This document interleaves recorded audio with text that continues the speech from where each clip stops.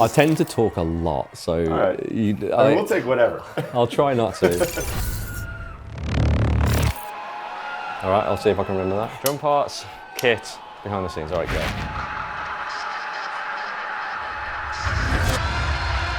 I'm Jay Postones from TesseracT, and this is the War of Being tour.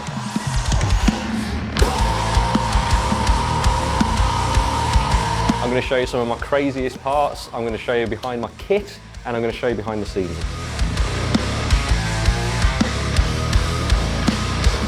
I'm not saying don't warm up, but I need to get mentally prepared. Yeah. And I need to get a little bit physically prepared, and I also need to go and sound check right now. Go do your thing. So I'll see you guys in a second. Sounds good. You guys are starting off great. I feel it coming. Give it everything you've got tonight, Vancouver! Oh, look at this, crazy. Yeah. Professional and everything. Yeah, man. I forgot what I said, bollocks. Let's see you going!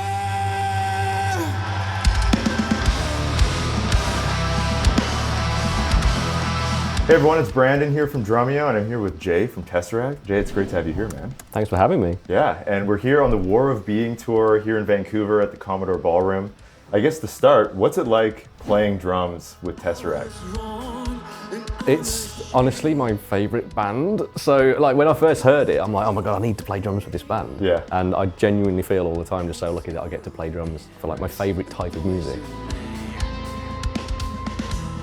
It always comes with its challenges. Every song, there tends to be something new to learn, a new movement. And that's where I see the most like progression, I suppose, in my playing. To learn those types of things, it always pushes my playing to a new level. So when we put out a new record like we just have, I feel as though I'm just stepping up each time, and it's a lot of fun. Nice.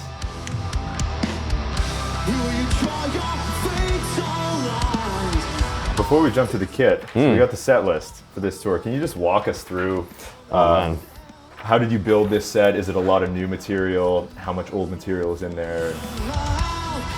It's new material heavy. We're excited to play the new material. Yeah. And I know like fans are going to come out and be like, oh, you didn't play my favourite song. Of course. You know, that's going to happen regardless, because we've got 5 albums now. This is going to sound like a cheat, but the set list came together initially because the order of it means the guitarists have to change guitars the least. So it's like it's practical. It is practical first, but it actually happens to flow really nicely. Like the energy of the set is really cool. Yeah. It's the songs from all of the touring that we've been doing that we feel the best about on stage. So we've just cherry-picked a couple from each record, or one from the previous records, and then we've just slammed a bunch of new ones in there. Cool. And it feels good. Nice, man. Well, let's go to the kit. Let's do it. And let's break down some parts. So at the top of the set, you've got Natural Disaster and Echoes. Anything from either of these that you want to talk about or you want to share? Natural disaster!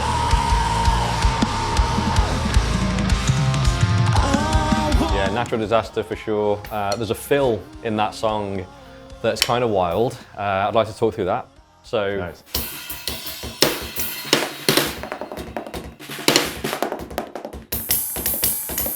That one. Dude.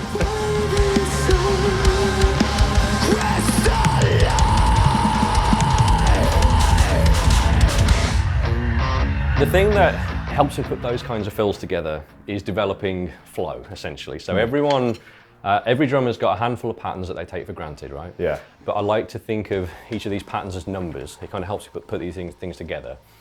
A 3, for example, is going to be that.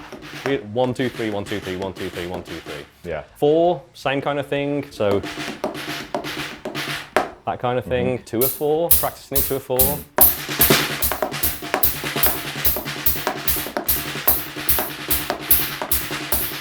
And then I'll practice intentionally, unintentionally flowing between them. I'm just going to practice the 3s into the 5s, into the 4s, back into the 3s, back into the 5s. Honestly, I don't know the names if they're rudiments. I'm not that guy. It doesn't even matter. They're numbers in my mind.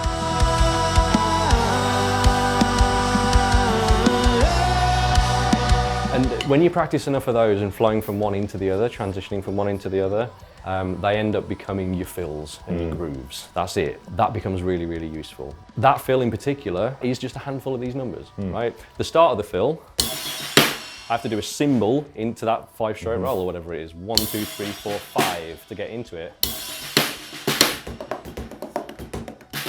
And then into the 4s. That pattern that I was doing a second ago. Yeah.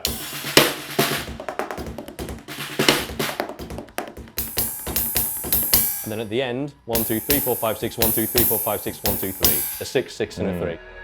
You got the practice kit. Is this what you travel with all the time on tour? It is from now.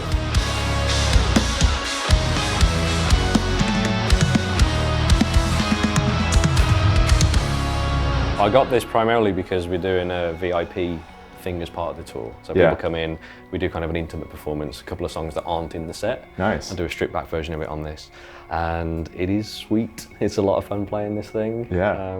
It's great for practicing. I've warmed up a couple of times on it, but if I'm totally honest, my warm-ups before a show tend to be this. Okay, more just stretching and Walking around, movement. getting blood into my limbs. I'm not doing anything so fast with TesseracT that I can't just go straight onto the stage and play.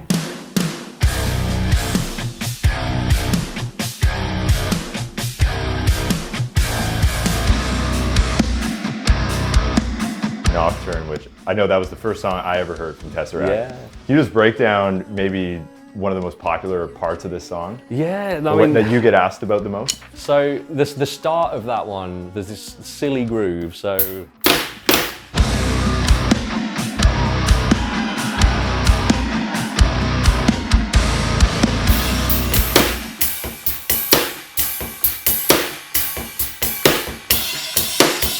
you got this little groove going on. No. Cut. You got to keep that in. Oh, we will. So that's a groove that people often ask me about, like what on earth is going on there? But that one, there's 4 bars of 7/4. That's the way that I would count it and write it out. Whether or not that's correct to other drummers, I've got no idea. But let me try and count it and play it. So 1, 2, 3, 4, 5, 6, 7. 1, 2, 3, 4, 5, 6, 7. 1, 2, 3, 4, 5, 6, 7. 1, 2, 3, 4, 5, 6, 7. And then it would repeat, except the dotted pattern that I'm playing on my right hand is on the 1, 2, 3, 1, 2, 3, 1, 2, 3 of that count. It then comes back around on the 3. So it starts on the 1, 2, 3, 1, 2, 3 relative to everything else that's going on.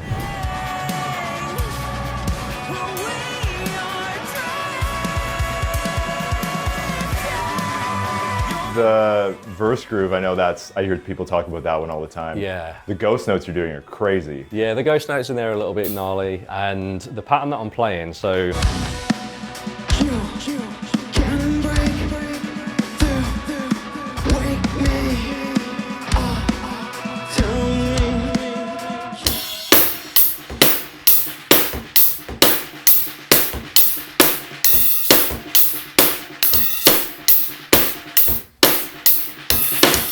Is that. And the difficult thing is the kick drum ostinato that's going on underneath that, which is locking into what the guitars are doing. Yeah. And honestly, the way to learn that kind of thing is like, slow it down.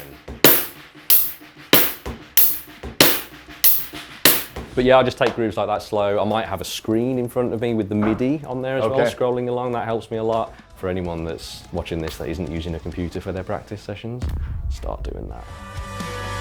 Using a computer is essential to make this kind of music. While you might be able to think of a cool pattern, to actually get it correct with the precision and the mathematics that's going on in the music, we need a computer to play it back to us perfectly first. Gotcha. And then we can use that as a reference point, as the bar that we've got to try and reach. Cheers. Apparently he can hear over the music, so Amazing. why don't you show us a bit of your kit and what you're using for the tour? Hell yeah. These are drums and cymbals. These are drums. I hit them. I'm playing minor cymbals now, and I wasn't before. That's changed. Nice. So I'm really stoked about that. DW Design Series kit. 8, 10, 12, 18. Nice. Because I'm a freak.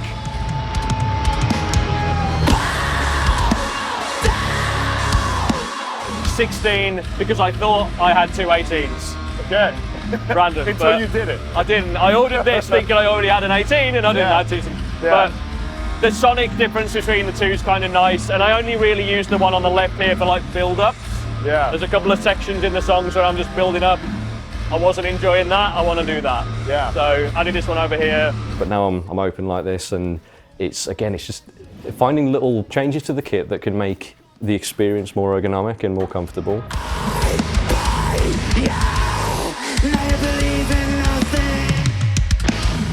What's the deal with the ride? You got that like, it's smaller than everything else, it seems. It is, yeah, so the ride, I've got it further round to facilitate the placement of this, if I'm totally honest, because I prefer playing hats open. So I want to play with my, again, instead of doing this or this, I want to play like this. I don't like playing like this. Whatever it is, I'm never comfortable. I can never quite connect with the snare accents the way that I want to when I'm playing, just how everyone plays snare and hi-hats. I like keeping my pedal hat going as well, because that's where a lot of my feel and groove comes from. Yeah. That's a huge part of my groove and my flow. It's another way that I can keep playing hats and the pedal hat at the same time. But yeah, the ride, another thing, if you watch out tonight, the couple of times that I do actually play, I'm having to stare at it like a flipping hawk. Yeah. Because it's so far around, I'm not used to it being there. On my practice kit at home, it's a little bit further in. Yeah. But like I say, I wanted to get that hi-hat in. I really wanted to get that in on this tour. We recorded with one on the album. It was a game changer. Nice. And I was like, nah, I've got to do two hats now. So I used to have a cymbal right in the middle, and something that I'd never even considered, but is something worth considering if you're a drummer, is that tends to be sacred space for vocals in a mix. So when we were recording this record, the producer was like, "You're gonna have to shift that cymbal, Jay. You're gonna have to move it." So we shifted it from there, and I've got two crashes over here and a big crash over here now, and I'm open and I can finally see the audience. Perfect. Which is nice, and they can see my ugly mug. I'm sure as they well. love that too. You said you play on the E kit at home. I do, quite a lot. So yeah. is it quite different coming to this after being home on the Roland for so long? So you can practice the movements, right? The dance that you have to get used to in order to be able to do this comfortably. That is practicable on the Roland kit, and then I just have to play more into this. Yeah. It takes a show or two to get used to playing this, because I don't practice on one of these kits at home now. Yeah. To be honest, because of how easy that is to practice and not annoy everyone around me, because it's quiet, I practice way more than I ever used to on that thing. So it's a super win having that thing. And then looks like you've got triggers on everything. So are you running samples, or is that for something else? That's for something else. So we do have triggers on this, and I get a lot of people sending me questions saying, "Oh, what are you triggering?" We're not triggering anything. We are using the triggers to open the gates on the mics. So the mics are closed until I hit them, and then it senses that it's been hit, it opens up the mic and the sound goes through, and then it closes again. Okay. So we're not having to set up all the gates manually. It all happens by the triggers, which is our sound guy, Johnny. It's him that's done that. He's a very smart man. 4/4 again. So.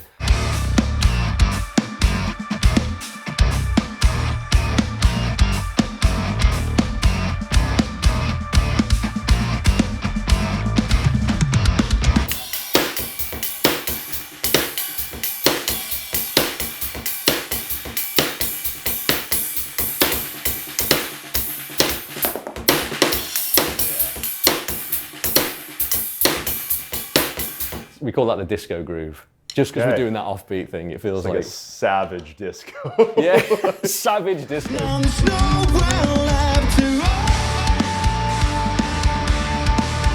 The thing that I like to try and do is bridge the gap between accents with quiet, dynamic things going on in the kit. And the way that happens generally for me is ghost notes, right? That one, like, there's a lot of that. And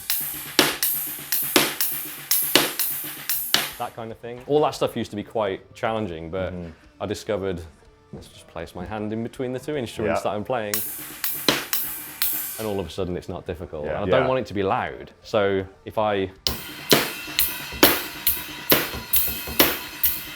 if I pivot my hand from like a center point between the cymbal and the snare, it's the volume that I need it to be, and it's the little moment in time that helps me reach and not fall out of time between the accents. What's the vibe tonight, my friends? Are we feeling good? So you've been touring for a long time, and is there anything over the years that you can't live without when you go on the road? Anything like, what's your safety net if something goes wrong? Spare snare, Yeah. tune the same as this. Okay. Yeah, I feel as though with each tour you discover a new thing that you need to take out. There's a comfort that you had from the previous tour that wasn't on the previous tour, and you discover that, especially with shows that you're flying into. We have boxes that we put on a plane, right? Yeah. And the amount of boxes we put in on the plane is gradually creeping up, because I'm like, I need my snare, because I've played too many snares that aren't mine and it feels weird. I need my snare stand. I need my throne bass. Little things that, again, weren't considerations before. As soon as you take them out, it makes that, it's all these little 1% that stack up and you have a better experience. So I've got a replacement pedal with me. I've got most of the cymbals that you see here, I've got replacements of. The things that are most likely to break historically. So like the crashes, the splash, the china. I fly with my Porter and Davies seat now and the amp. I fly with my throne bass, I fly with my kick pedal and my cymbals. Just not shells and not hardware. That would be silly. On a tour like this, my own pillow. That's a nice thing. That's an important one. You know, I'm slightly more comfortable in my bunk. Nothing to do with drums, but it's it's a good way to relax. That's it really. There's a couple of little things like that.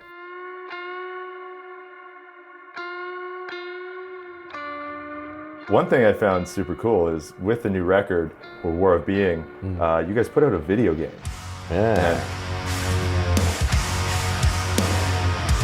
The game, it's been a passion project of our singer Dan, really. As soon as he was finished in the studio with the record, he just started working on this game. And they really just went, like a laser beam into this. And every single day for a year, Dan was working on this. He didn't give himself a day off. Dan and two other guys. It's a very small team, but they got the proof of concept game together, which is up on Steam at the moment. You can get that. There's a Kickstarter at the moment, if anyone's interested in backing that, to get the full game over the finish line. Nice. It's all designed around the story that Amos, our bassist, has pulled together, which there's a concept behind the record which involves characters, and they're all in the game. And it's kind of a crazy world. It's wild. With words of life and death. War of Being. This is the first song you guys put out. Do you have a favorite part from this song or a favorite groove you want to break down? Yeah, I hate it all. I knew it.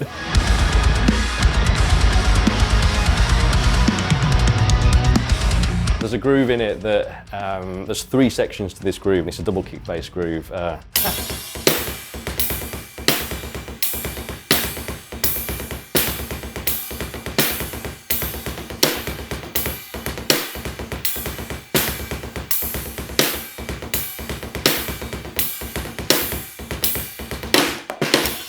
Silly groove, right, with the kicks.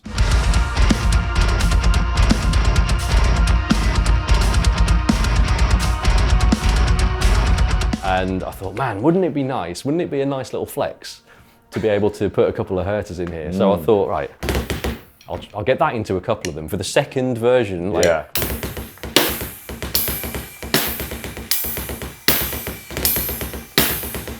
a couple of those in.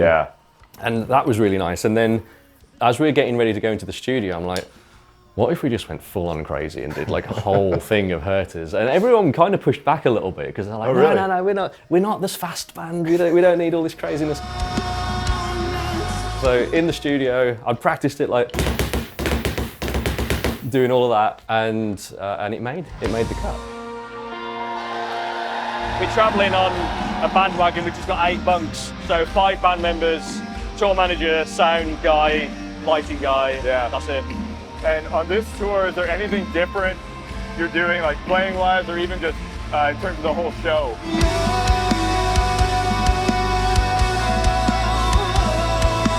everything that you just mentioned, the production has stepped up. It always has to step up, right? You know, if you can't suddenly go back from having amazing sound and amazing lights to having not that on stage. Well, that would be a reversal. The lighting and all of that stuff is on time code, so it's all synced to the music, and it's a visual show as much as it is a sound show. Yeah.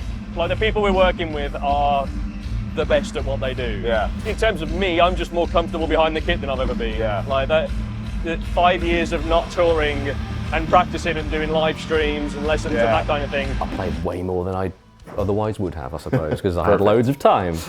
And especially the live stream element of it, doing live streams on Twitch and that kind of thing, there's an audience that you're playing to. Yeah. So it takes away a little bit of the, I've got to play this new thing in front of an audience feeling that you can get on stage, especially with new material.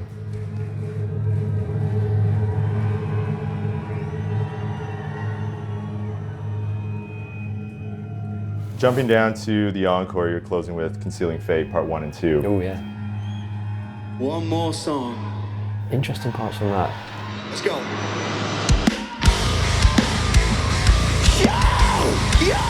There's just loads of time shifts in that song. It suddenly jumps from part to part. So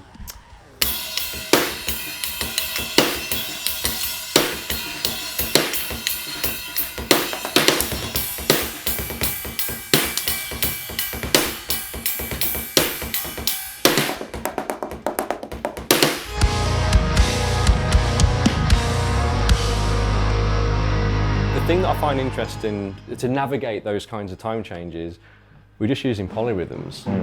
We're using like the 3/2 poly, that, Yeah. 1, 2, 3, and the 1, 2 on the snare. One of those will be the count for the pulse, the metronome. Yeah. We're just switching to the other one. It's either the 2/3 or the 3/4 polyrhythm every time to determine those time changes, and that's something that mystifies people for a while. Like, how are you doing it? What's the thing that you're doing? Once you get used to those feels, and 3 and 4, Yeah. that's how we establish it.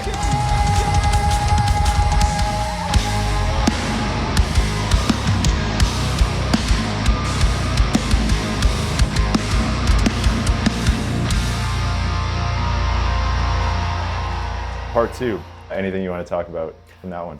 Yeah, I'm going to throw myself under the bus with this one because there's a section in that where we play in.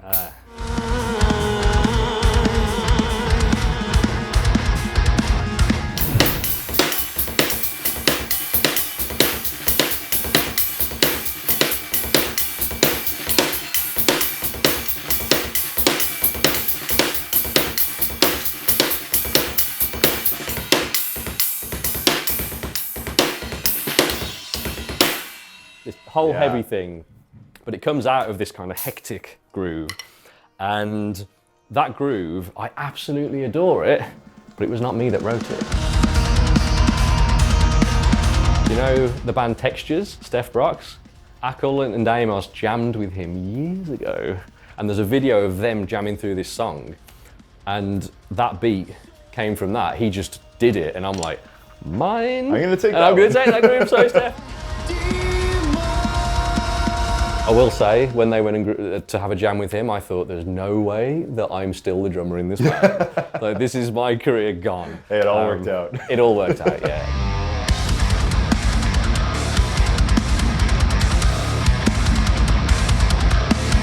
I hope you enjoyed this behind the scenes look. I hope you found it useful, and I hope to see you on the War of Being World Tour.